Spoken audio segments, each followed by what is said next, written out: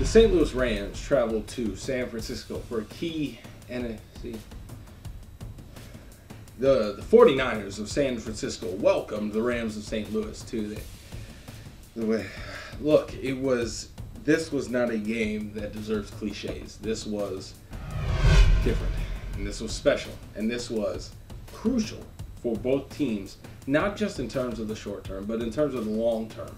And that's what I want to try to wrap this game recap up with when we get to the end of this video, because we just enjoyed, and that's really what it was. It was an enjoyment of a game that was physical, that was a battle, that was confrontational, but that offered what both sides in terms of the San Francisco 49ers and the St. Louis Rams have to offer in 2012.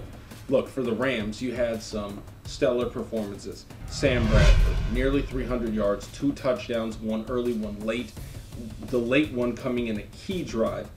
You had Steven Jackson, over 100 yards, looking like his former self, providing the spark on the ground game that the Rams need. For the 49ers, it was a bit of an interesting game, largely because of an injury. Alex Smith starting out 7 of 8. Giving way to Colin Kaepernick, who performed admirably. And even as Rams fans, you have to admit that performed so much admirably. 11 of 17, didn't get the touchdown through the air, but was able to rush for more than 60 yards and get one on the ground. That's not something that the Rams should have to allow. They need to contain the edge better against a quarterback of Kaepernick's capabilities, of his skill set. But again, you look back at the Rams and what they were able to do when you get more than 100 yards from Danny Amendola, who's coming back from injury now.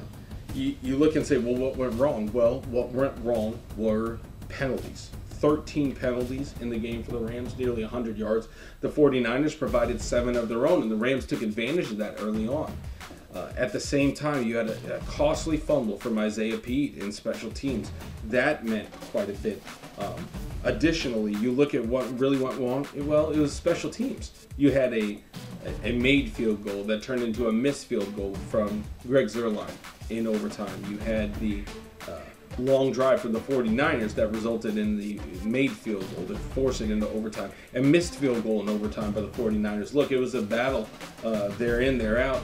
This side had ups, this side had ups, this side had downs, this side had downs. And really, when I talk about the long terms, this is what I think is most important, is that the NFC West now is turning into a division that is offering competition on every level. I said at the beginning of the season, the Rams should be able to be competitive in every game.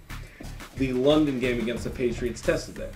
But I think the reality is what we're seeing is with this defense and with certain weapons on this team, even without Chris Gibbons, even without Janoris Jenkins, and in the weeks previous, without Scott Wells, Roger Saffold, Danny Amendola, this Rams team can compete because they're better than they were.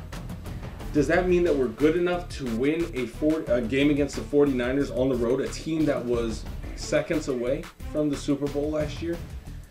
Maybe under the right conditions, and maybe today were the right conditions, but these Rams didn't take advantage of that. What does that mean moving forward? Well, it means that they have a lot to work out, but if you look at the second half schedule of this team versus what they faced in the first 8 games prior to the bye, things look good. It doesn't mean that this team is headed towards playoff contention, but it does mean that moving forward, they're likely to be in that mix more often than they were in the previous era.